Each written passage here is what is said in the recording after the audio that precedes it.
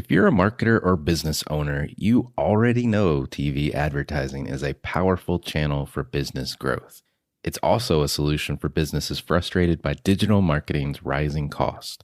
But the traditional process for launching TV campaigns is expensive, time-consuming, and complex. Marketing Architects believes brands deserve access to quality TV campaigns. That's why they flipped the traditional TV agency model on its head to create all-inclusive TV. With all-inclusive TV advertising, Marketing Architects invest their own money to produce, analyze, and optimize your TV campaign. All you pay for is media. This means you get top-tier solutions for every piece of your campaign, but without the dramatic price tag, setting you up for rapid growth at an extreme cost advantage. In fact, all-inclusive TV is so revolutionary, they wrote a book about it. If you're a marketer, business leader, or interested in the TV advertising industry, you'll want to grab a copy of All-Inclusive TV, How Booming Brands Are Reimagining TV Advertising. Read how other brands use TV to transform their businesses and how you can do the same. Go to marketingarchitects.com/book to get your free copy today. Again, that's marketingarchitects.com/book. You know, I've been talking about earned media value for quite some time on this podcast. My friends at Eisenberg have just raised the bar on earned media benchmarks with their social index. Social index now gives you globally earned media values across a growing list of 6 geographies for all your KPIs across the top 7 social platforms: Facebook, Instagram, LinkedIn, Snapchat, TikTok, Twitter, and YouTube. You can now visualize these values for deeper analysis, and they have a look-back window over 2 years of historical comparisons. Social Index is updated daily. Don't get stuck with old data. Over 1,000 companies have used the Social Index to understand the ROI of their social campaigns. And if you work with a social agency, you should demand they incorporate earned media values into your reports. Get your earned media value for social content. Visit earnedmediavalues.com/Alan. Again, that's earnedmediavalues.com/ALAN. For all of us, it's about predicting where the consumer is going and getting half of it right. One of the things we want to do is create ads that don't suck. Embracing change creates great possibility. I'm Alan Hart, and this is Marketing Today. On the show today, I've got Don McGuire. He's the Senior Vice President and Chief Marketing Officer at Qualcomm Technologies. Don's leading the global marketing organization to support Qualcomm's advancement into new and existing markets and growth areas. And on the show today, we talk about how the company has increased its total available market by 7x. What that means in terms of their strategies, how they're managing the organization through that growth. We also talk about the brand strategies that they have deployed, both a more prosumer or B2C brand, if you will, called Snapdragon, which is a core element of Qualcomm, as well as managing the enterprise brand and corporate brand of Qualcomm itself. So I hope you enjoy this conversation with Don McGuire. Well, Don, welcome to the show. Hey, Alan, thanks for having me. Yeah, I'm excited to learn quite a bit about what's new at Qualcomm. But before we get there, I mean, being the CMO of a global company is a really busy thing. Like, what do you do in your spare time? Do you have spare time? Do I have spare time? I have a little bit of spare time. Yeah, I think I would say that I divide my spare time probably amongst 3 major kind of things. One is just has to do with keeping my sanity and keeping myself healthy and balanced. And that's, I have a love affair with my Peloton. It really did save my sanity during the pandemic. And I have to say I'm a little bit addicted to that from a fitness standpoint. I love the content. I love the instructors. I love the sense of community. And it's a really good workout. So that's one thing that I get to do in the mornings mostly. Second thing is I actually am a baker, believe it or not. Interesting. So yeah, I actually find it very therapeutic. I love the science of it and the steps, and I kind of get lost in it. And then I love being a results-oriented person. I love seeing the creation on the other side of making sure that you mix the ingredients correctly and seeing things rise or whatever take new shape. I kind of like that. So baking is one of the things I really enjoy doing when I've got time. And I think the third thing would probably be I'm a kind of a sneaker fan, and I do love a bunch of different brands of sneakers, and I buy and trade and hold in sneakers. So that's kind of another hobby, I guess I would say. That's amazing. Well, it's probably good that you have the Peloton if you really like baking. Yes, it is. Well, it's funny because I bake, but I don't necessarily eat what I bake. Okay. I mean, sometimes I do. Obviously, I taste. Right, But right. yeah, my wife sometimes gets mad because I'll bake a bunch of stuff and then I'll leave on a business trip for a week or whatever, and I'll leave it all behind, and then she gets mad because she said then she eats it. But That's funny. If you don't know them already, I've had the CMO of King Arthur Baking Company. I've been there. You have? It's like Baker Mecca. Yeah, it is. Yeah, I've been there. I took a class there. Awesome. Yeah. I did. My wife's from New Hampshire. Or she's from Boston, but her family lives in New Hampshire. And we went there for Thanksgiving this last Thanksgiving. And right across the border on the Vermont side, obviously, is King Arthur Baking. And so I went with my daughter and my sister-in-law, and we took a pie making class. Oh, wow. That's amazing. That's awesome. I have to connect the two of you if you don't know each other already. And then the other person, since you love sneakers, is we've had the StockX CMO on. StockX is a big trading platform. That's right. That's right. Yeah, my son actually kind of got me into it. And I do use StockX as my trading platform, but I'm a bit of an Adidas insider and stuff like that. So, but I think I find myself keeping the ones that I get more often than trading them. Yes. So, because I ended up liking them, but I have engaged in some swapping for sure. That's awesome. So when you're not baking or Peloton or collecting sneakers, what's been your path to become the CMO at Qualcomm? I've been sort of in and around the technology space for pretty much my entire career. I started off in sales, and I think having a sales position is kind of critical to being a good marketer, is having to have to sold something in your career. I think is actually a good thing. It teaches you how to understand and take rejection. It also teaches you about understanding dynamics and about having good interpersonal skills and building relationships and all that good stuff. So I started out in sales, but after a few years, I made the bridge into product management and then into marketing, and have been on a marketing track ever since.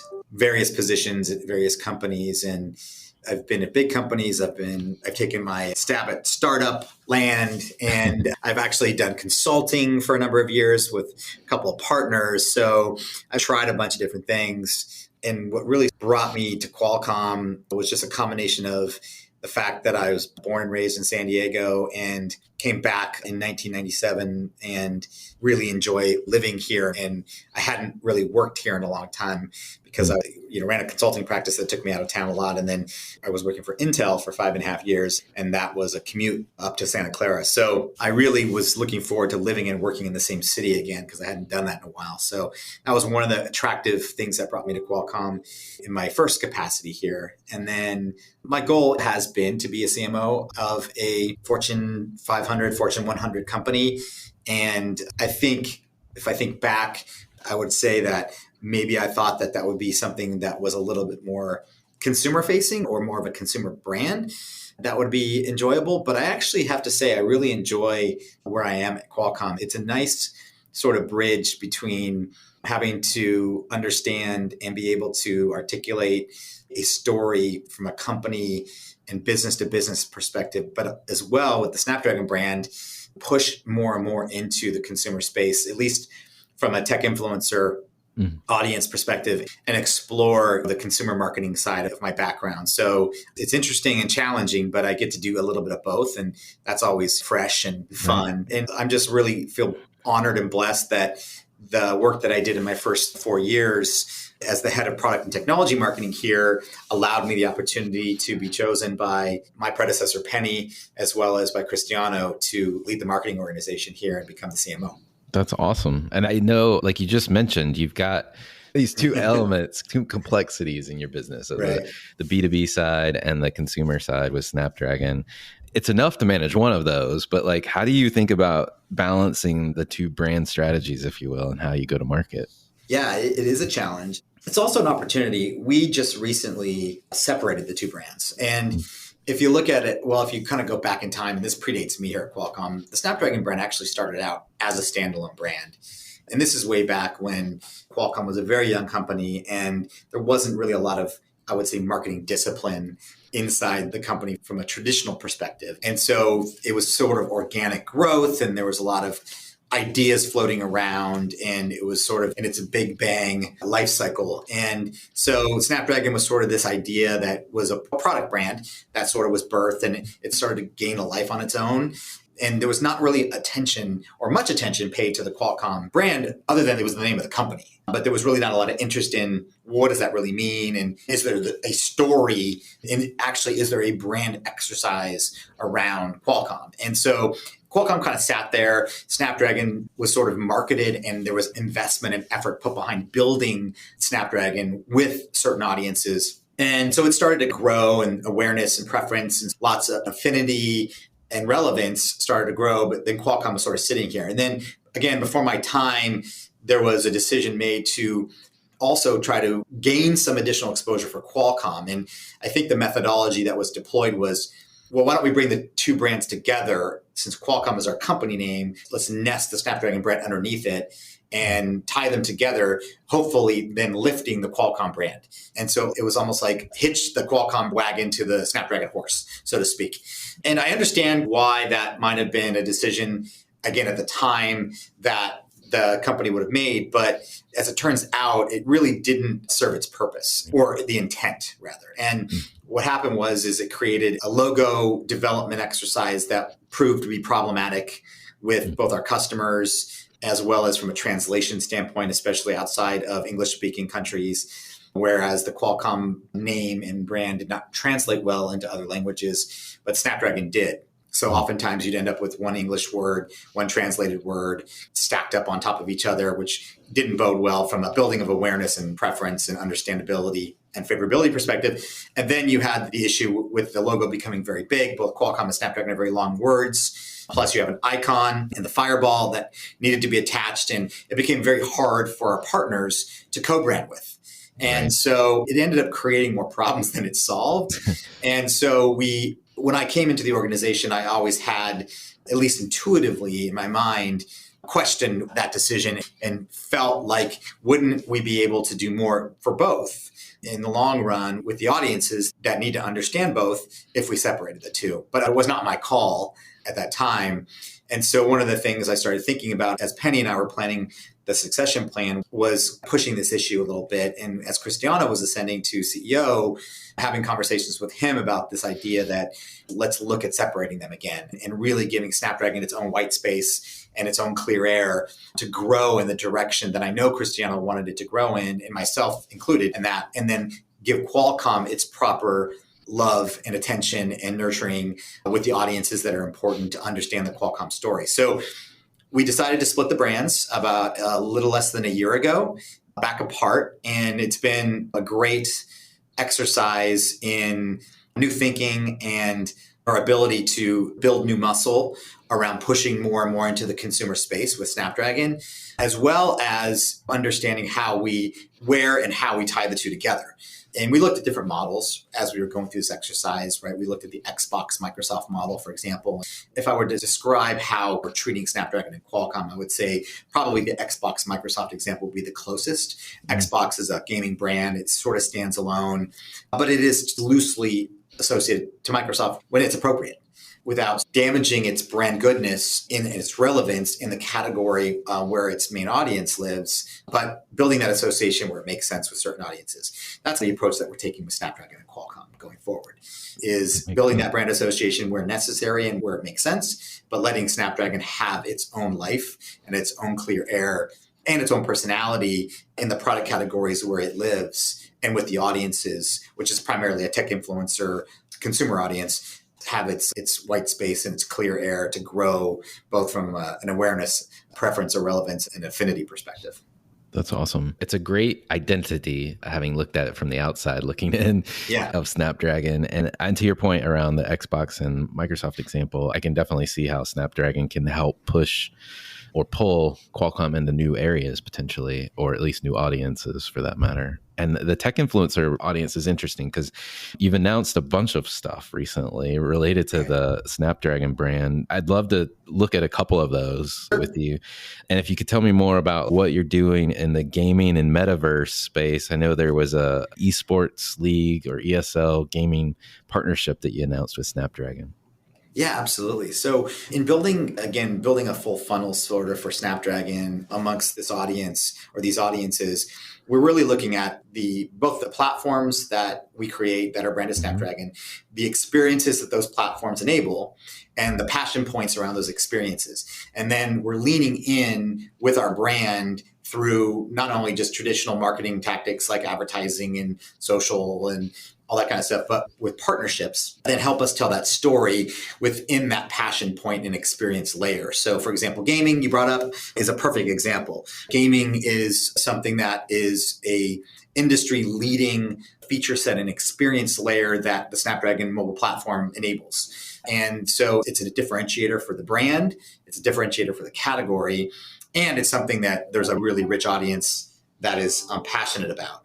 So we've leaned in on gaming in several different ways, from an experience layer perspective all the way through to brand partnerships. And one of the newest additions to our 360-degree marketing strategy around building affinity for Snapdragon in the gaming space is this partnership with ESL, which we've announced just recently, which is that we are going to take mobile esports together with ESL to a whole different level. And it's really about taking trends that are already happening in gaming, which is the revenue is shifted to mobile. That's where the growth is. It's the democratization of gaming because the ability for people to play anytime, anywhere. Add on to that the additional capabilities that our platform brings, coupled with 5G and cloud gaming, and the fact that AAA titles are more and more moving into these small screen form factors because the performance is there from a CPU, GPU perspective, but also the connectivity to allow full streaming with really ultra low latency. And you've got a combination for a really compelling experience that gamers can actually engage in anytime, anywhere. And if you talk about platform proliferation, the fact that it's not going to take a $4,000 home-built PC or a $2,000 console in order for you to have a great gaming experience really democratizes gaming in general, but also brings a whole new layer to esports, where what we like to call with ESL is the era of everyone. Right? It's really about you can go from zero to hero through a mobile esports and mobile gaming experience in a way that you could not achieve on other platforms without some serious barriers. And so this era of everyone and this democratization of esports, both from a gameplay perspective, an enablement perspective, an accessibility perspective, but also from a diversity and inclusion perspective, is pretty amazing. Because if you look at mobile gaming, and whether you look at it from where it started with games like Candy Crush and individual player games, all the way to massive multiplayer games, the mix of types of people playing is quite different, quite inclusive, quite diverse versus the PC gaming ecosystem and the console gaming ecosystem, which skews still to this day, mostly male, right? Mostly younger, mostly male. And breaking into that, even though there's been lots of valiant efforts to do that, is still far from an equalizing factor. So we really like the opportunity of mobile esports and bringing mobile esports to the next level with ESL for so many reasons. And it's really going to be a great platform for us to build upon, not only affinity for Snapdragon, but also the prowess of our elite gaming feature stack and this idea of enabling and allowing accessibility for so many more people around the world to engage in esports, to compete in esports, from novice competitions all the way through to masters, both digitally and physically, with a total prize pool of $2 million. So this is serious, right? It's not junior league. This is serious esports. And we're really excited about partnering with ESL because ESL is the world's biggest esports company. And when I thought about who do we do this with, when I was at Intel, I had the fortunate experience of being part of IEM and a part of that initiative and seeing how esports grew up firsthand in the PC ecosystem. So ESL was our partner to help create what is and what was IEM. And so when I thought about, okay, who could we go do this with? The first group that came into my mind, the first partner that came into my mind, and really the only one, was ESL. So Yeah. really excited about our partnership with ESL. We're launching Snapdragon Pro Series, our mobile esports competition, global mobile esports competition this year. And we're hoping it to be a raging success. It sounds amazing. And what a great demonstration of what technology can do in our lives. Yeah, it's a really interesting partnership from that standpoint, too. So let's talk about another one. You also are doing a collaboration between Ferrari Racing and Snapdragon. Tell me about that one. Oh, yeah, man. I am obsessed with F1. And I knew nothing about F1 like 8 months ago. So this is a new obsession for me. I think my OCD is kicking in. And by the way, Netflix Drive to Survive. There is not a better educational tool. If you know nothing about F1, watch Drive to Survive, and then you will know everything about F1. And I really did use that to educate myself. But our partnership with Ferrari is amazing. So this is interesting because we tend to engage in these partnerships in a different way than maybe other brands do. We are not interested in just slapping our logo on stuff. To us, it may just be me or it may just be the tech space, but I don't have the budgets to just do that. There has to be meaningful purpose. And there has to be deeper integration with our products and our technologies and the brand in order for these partnerships to really make sense. And Ferrari is a great example. This was not a marketing-led partnership. This was a business-led partnership. And the fact that we are engaging with Ferrari on a business level and we are helping Ferrari digitally transform the passenger vehicle side of their business through the Snapdragon digital chassis, through by way of telematics and digital cockpit and ADAS and in making Ferrari's cars and driving experiences worthy of the 21st and 22nd century type of driver is amazing in itself. But add on to that we looked at this relationship more holistically and we said, okay, we're going to help you on that side of the house. And then what we would love to do with you on helping us is help build awareness for Snapdragon in the space by us becoming a premier partner of Scuderia Ferrari in your F1 team. And so, again, it's a two-sided relationship, mutually beneficial, win-win. Ferrari's business improves, our business improves. So I think it's a really unique way to approach these types of partnerships that not everybody really thinks about. And sometimes brands say, oh, yeah, well, they're going to use my product or they're going to integrate my product into their commercials or something like that. That's all great. And I'm not saying one way is better than the other way, but the way we approach these things is really about deep technology integration and showing the benefits of our products for that brand, as well as enhancing our brand through attaching ourselves to their product or their brand. Right. And so it's a different approach that we've employed. Really excited about the Ferrari partnership. Oh my gosh, talk about timing is everything. The fact that we just kicked off our relationship with them literally a mere amount of weeks ago, and we just made the unveiling of the car to have the Snapdragon logo on it by a matter of days, and to kick off F1 22 with a P1, P2 at Bahrain and a P2, P3 in Saudi Arabia. What an amazing start to our partnership. And seeing that Snapdragon brands all over the place on these two amazing drivers, on this amazing F175 car, and the whole way that Scuderia Ferrari approaches partners, it truly is a family. And so it's a really great thing to be a part of. And of course, in F1, there's no more storied brand than Ferrari. Right. If you're going to go into F1, go big.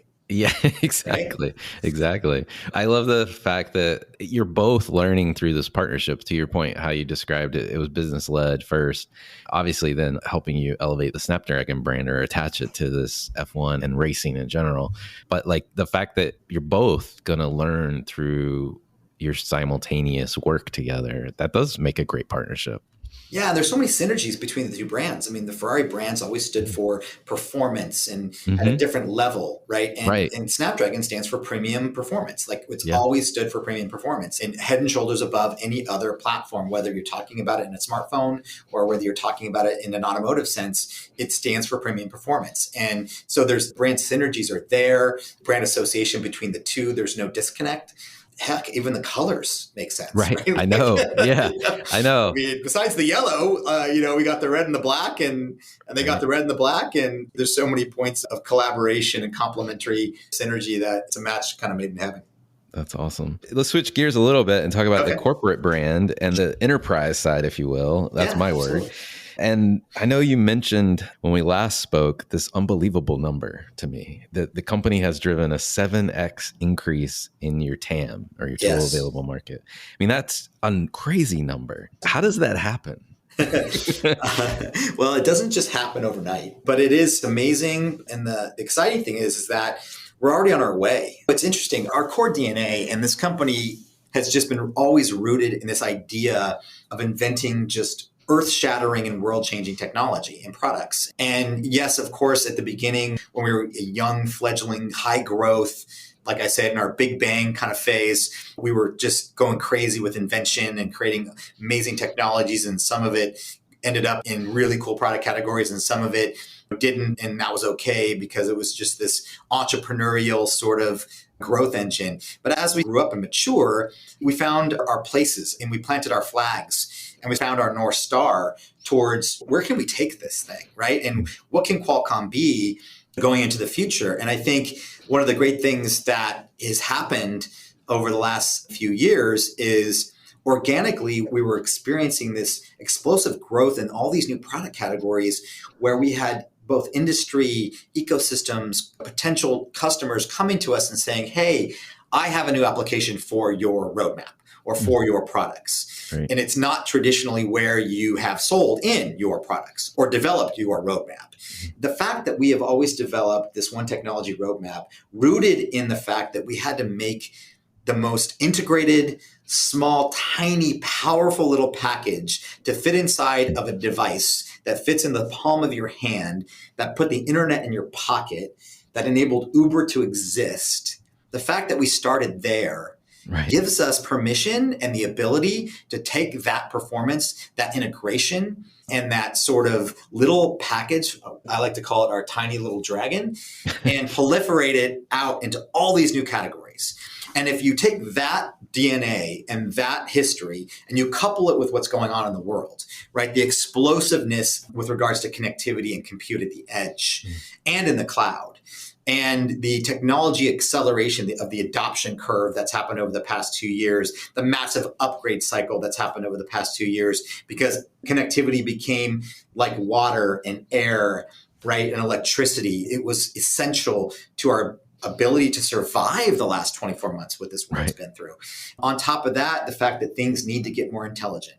Factories need to get smarter, cars need to get safer, right? Cities need to get smarter, more efficient, productivity needs to be enhanced based on work environment. We need to work from everywhere. We need to learn from anywhere. We need to communicate and connect from anywhere. And we need the compute power to be able to do that. At the same time, we can't be plugging our devices in every hour, 30 minutes or 45 minutes. We have to have power efficiency. Right. And that's also good from a sustainability perspective. So all that really creates this inflection point and this sweet spot for what we do and what we've always done, right? Low power, high performance compute, and hyper fast, cutting edge connectivity across every sort of connectivity stack, whether it's Bluetooth, Wi-Fi, or wireless. Being the purveyors and the commercialization engine behind 5G, which is the next generation, the new generation, the current generation of wireless technology, on top of everything else going on, it creates this opportunity for us and gives us permission to exist and to enter into these new areas. So over the past several years, we've experienced this growth in IoT, whether it's consumer or industrial, right? Whether it's helping factories become smarter or campuses or cities, or whether it's making Peloton a more attractive device or mirror or whatever it might be on the consumer side, on top of automotive, on top of edge networking, bring in the metaverse and add our history in XR, right, between AR and VR and all the different device ecosystems we already power, from HoloLens to Oculus to Vive to Pico, et cetera, plus our mobile history and our leadership in mobile, which will always still be there. That provides this tremendous opportunity for us to grow as these gazillions of devices become connected at the edge, producing data and intelligence at, again, hyper-fast speeds, ultra-low latency, and high-performance, low-power intelligence and compute. Some of this data then going to the cloud, some of it staying local or at the edge. I mean, that is our sweet spot. That is where we live. There is no better market dynamic than that for us to be able to grow and expand what we do into these new industries, new categories, and going up the stack in certain cases, from silicon to software to services. So it's really this new playing field. But it's nice because it's not just a vision. It's not just us putting stuff on paper and saying, we're going to go do this. It's already happening. We already have the KPIs. We have the metrics. We have the revenue streams. We're growing $1 billion a quarter in our IoT business and revenue stream. Our pipeline for automotive is over $13 billion and growing. We continue to lead in high performance, low power compute and connectivity in the mobile space, owning the premium and high-tier Android ecosystem.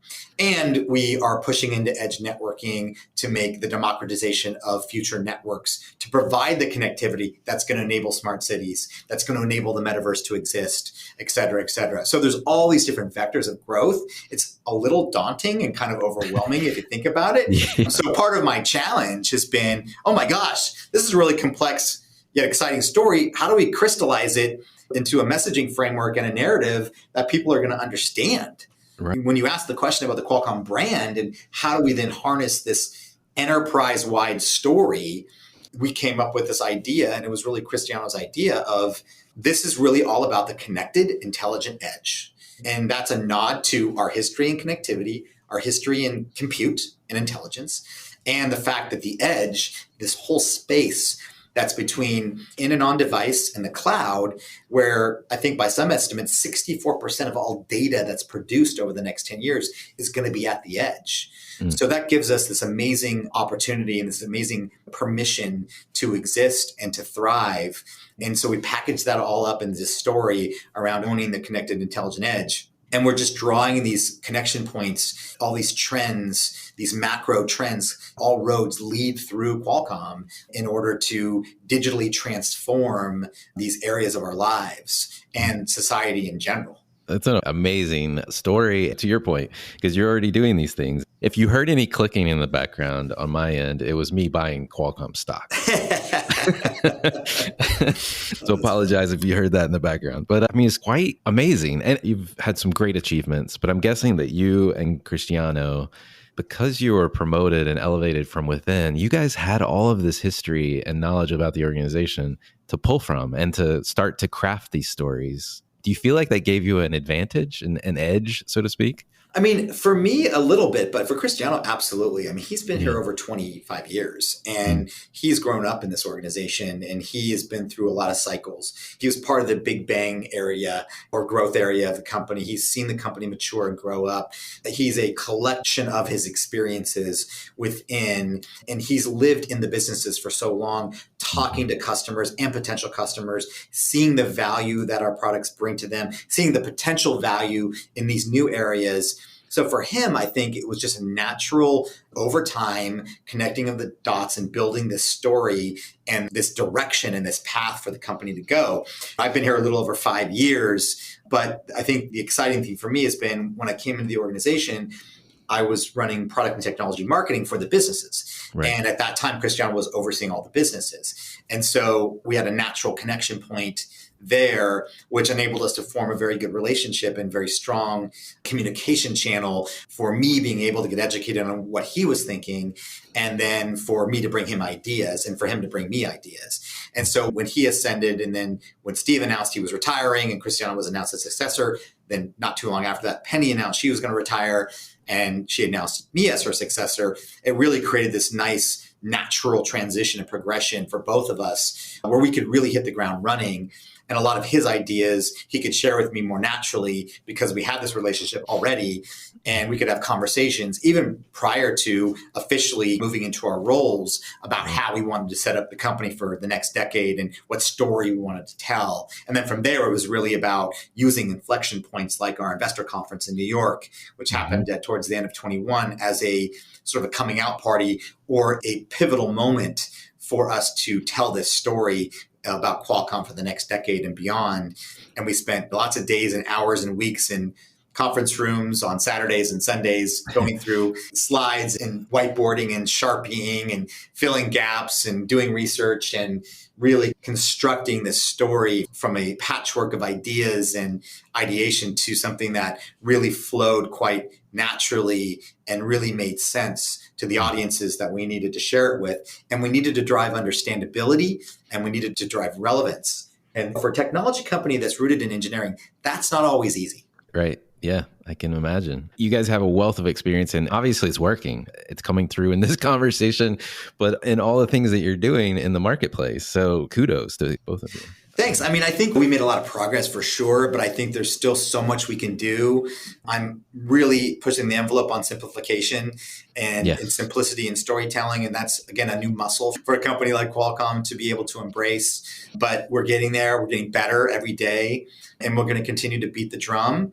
And I'm going to continue to support the storyline and do whatever I can to help drive business success. To me, marketing has always been about driving business success. There is no marketing objective that you shouldn't be able to tie to a business objective.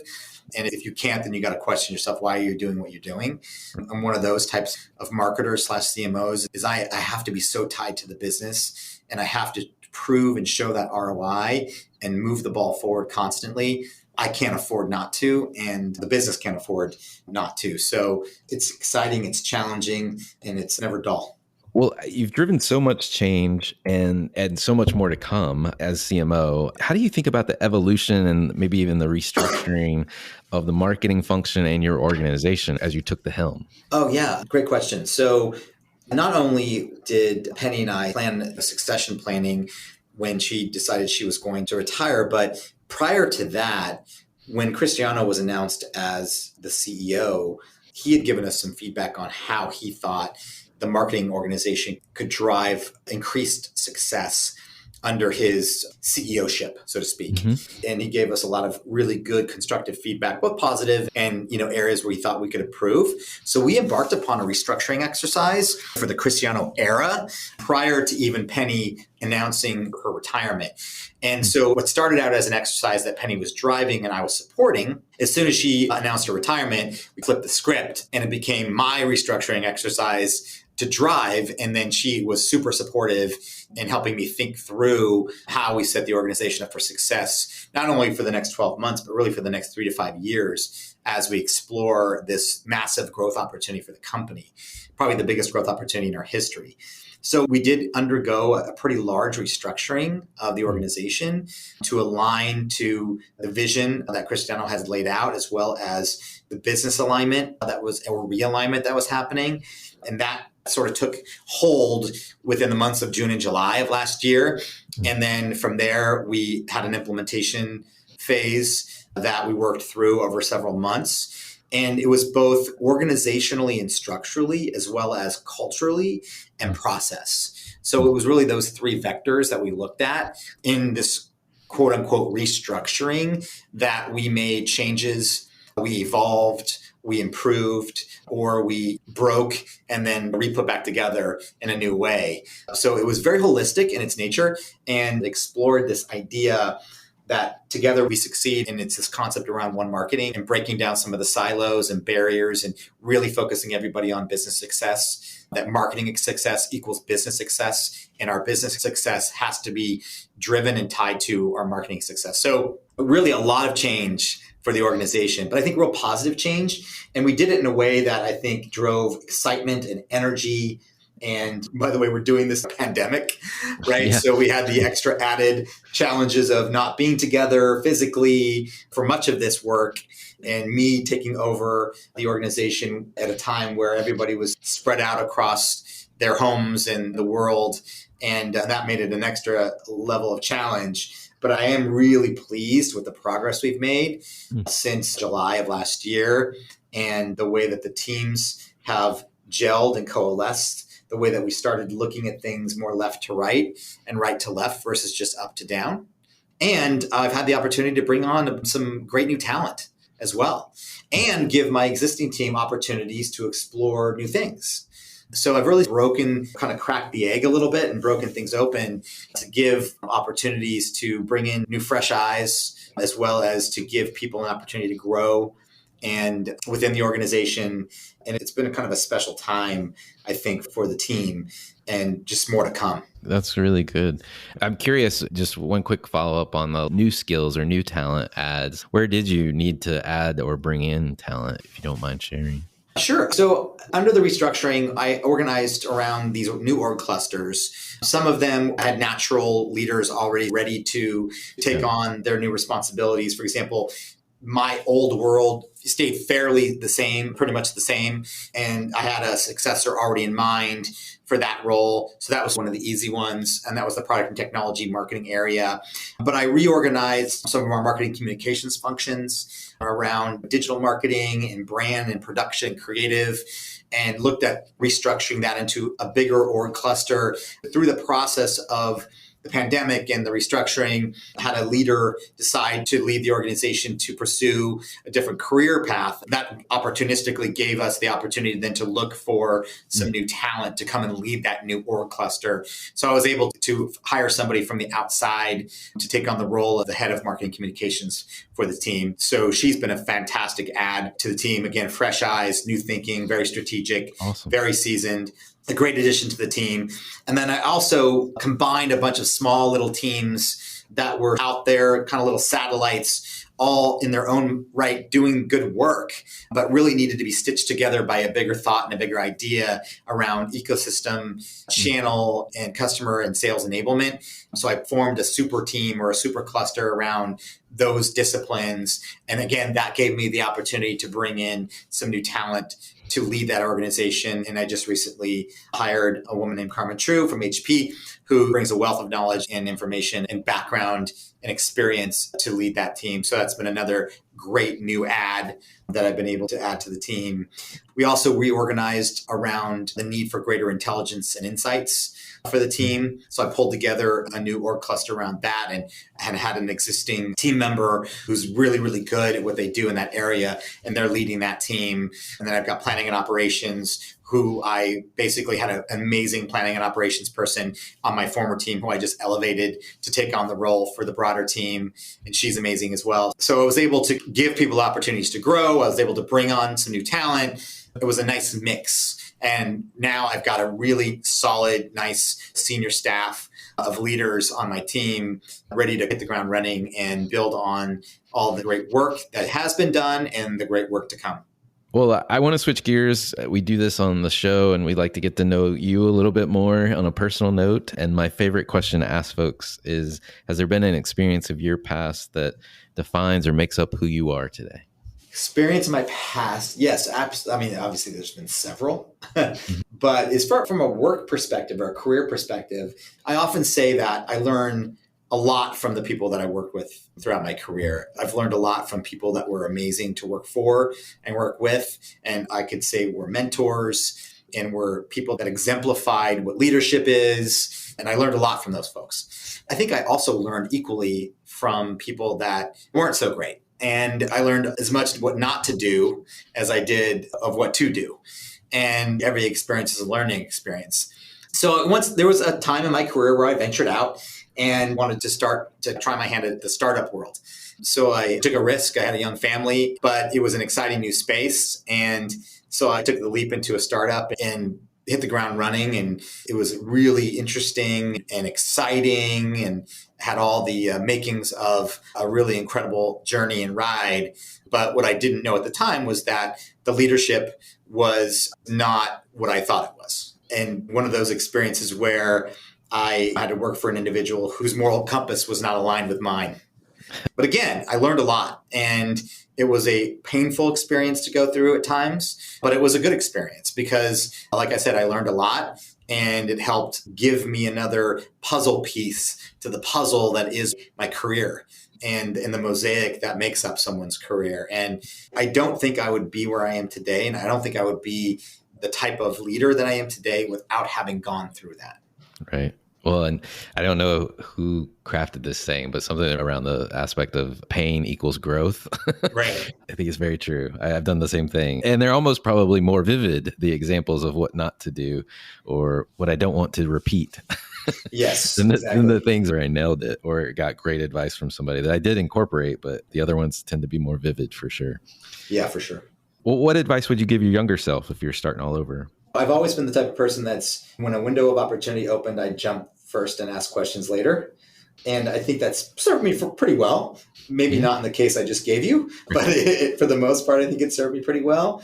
So I definitely think that that served me well. So I wouldn't change that. At one point in my career, again, one of my mentors pulled me aside and said to me, how you do something is almost as important as the what you do. Yeah. So if I was going back and thinking about my younger self, because I've always been very results oriented and very driven and very competitive, I would maybe tell myself to be less of a bull in a china shop at times and focus on the how and not just the what.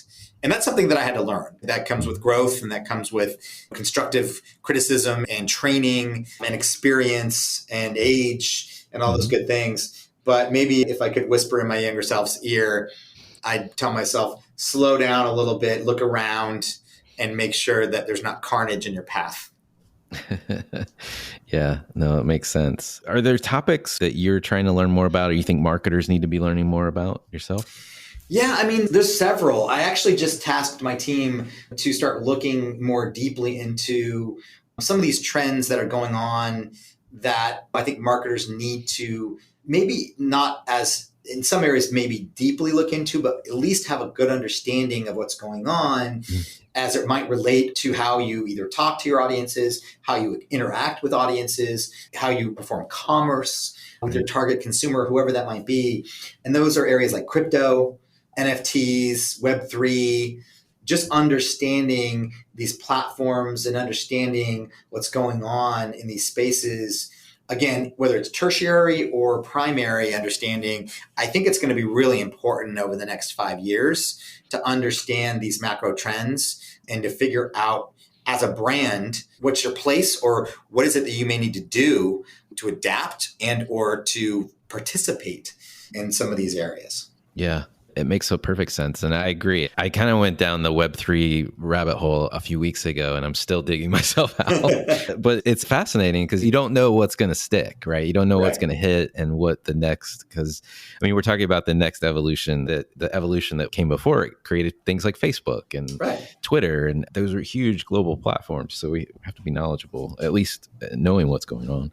And I don't know if Web3 is absolutely synonymous with the metaverse or not. I think it's not. I think there's two different things, but related. Right. Pretty exactly.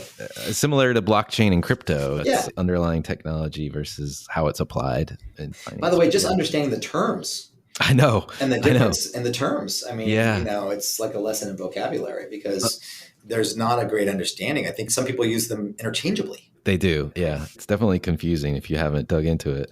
And it's still confusing even once you have, for that matter. Yeah. But we'll get there. We'll get there. Two last questions for you. Okay. On the marketing front, or on the personal front, I should say, are there brands or companies or causes that you follow you think other people should take notice of? Yeah. So I grew up in San Diego for the most part, and I do love seeing local companies and local brands do well and grow up and organically. And so I'm a big supporter of that. Even here at Qualcomm, if we're engaging in some sort of activity where I can leverage a local brand, I'll leverage that. The Cutwater story is an amazing story. The guy that broke out of Ballast Point and took Cutwater with them and then grew Cutwater and then sold it. And so that's just a great, between Ballast Point and Cutwater, great story in the spirits and craft beer space. The Viore story is a great story from an athletic wear alternative to the Lululemons of the world kind of thing. I think that's a great brand story. I love the Peloton brand story. I really do. I know that they're going through one of those life stage challenges that a lot of companies go through, but I do wish them all the success. And Dara is an amazing person and as their CMO. And I hope that, and we obviously power through our technology, some of their experiences. So we're a partner of theirs and really wish them all the success in the world because I love their sense of community. I love what they've done with their instructors and I love what they're all about. And then I would say from a cause perspective, one of the things that's really important to me personally, and where I've attached that to my platform, I guess I would say as CMO, is bridging the digital divide. There was a spotlight shown on the digital divide during the pandemic. It really did show that the digital divide, it exists, it's real. And it's not just in rural America or in Africa, right? Or in Indonesia. It's in downtown New York State. It's in Harlem. It's in LA. It's in Southeast San Diego. It's everywhere. And it's not about geography. It's also about socioeconomics. And it's about access to technology. And it's about regulation. And it's about providing connectivity and providing access to technology in a more ubiquitous manner than historically technology has been deployed and technology has been available. And I think Qualcomm has and can have a bigger, meaningful role to play in bridging the digital divide. That's something that's been important to me. If I can do more just with my own voice, as well as bringing the solutions that Qualcomm has to the table to help move that initiative into a positive direction, that's one thing that's important to me. I love it. Well, last question for you from a marketing standpoint. What do you feel is either the biggest opportunity or threat that's facing marketers? I think maybe this is one and the same. I think a big challenge for marketers right now is how to lead through an era of psychology and attitudes and behaviors that have driven so much divisiveness and so much polarization that threading the needle has become very difficult. And for marketers, there are landmines everywhere. Yeah. Right? If you lean too far one way, you alienate X% of your potential audience. If you lean too much the other way, you alienate Y percentage of your potential audience. If you stay too neutral, you risk alienating everybody. And so it's like a minefield. But I will tell you that I think people are done. I think they're sick of the hate. I think they're sick of the polarization. I think they're sick of the divisiveness. There's always going to be the fringe on either side screaming at the top of their lungs for attention, for the ridiculousness. But I think it's time to lead, and it's time to lead with empathy, and it's time to bring people together, both from a politics perspective, but also from a business perspective. And I think the brands that can lead with empathy, drive collaboration, cohesion, and goodness, I think those are the brands that are going to win at the end of the day. And it's not about not being woke enough or being too woke, and it's not about extremes. It's not. And I know some brands have fallen into those traps, but it's not about that. It's about decency. It's about empathy. It's about humanization. And I think if we could take a step back and really realize that, we'll all be better off. And I would be happy if brands led that charge. To be honest with you, companies, private sector, brands, if they could lead that charge, because as we all know, government's not setting a very good example. Right. Right. Yeah. Yeah. Right. Yeah. So I would definitely be an advocate for that. And I think we could all do more and our part to drive us in a better direction. Well, I don't know whether to say amen, vote for you, or just clap really loudly, because I agree with everything you just said. I think it's amazing. So I'm not running for office. I have too many skeletons in my closet. I could never run for office. But yeah, it seems to make common sense, right? Yes. It seems to be there. Right. But I mean, man, common sense is locked in a cave somewhere. It's a scarcity right now, honestly. I know. It needs to be let out of jail. Yeah. Yeah. Well, this has been a great conversation. Thank you, Don, for coming on the show, and look forward to the next conversation we get to have. Yeah, thank you so much for having me. I really enjoyed speaking with you. It was a pleasure. Hi, it's Alan again. Marketing Today was created and produced by me, with support from my team and podcast editors, sound engineers, and writers at Share Your Genius. Find them at shareyourgenius.com. If you're new to Marketing Today, please feel free to write us a review on iTunes or your favorite listening platform. Don't forget to subscribe on marketingtodaypodcast.com and tell your friends and colleagues about the show. I love to hear from listeners. You can contact me on marketingtodaypodcast.com. There you will also find complete show notes, links to what was discussed in the episode today, and you can search our archives. I'm Alan Hart, and this is Marketing Today.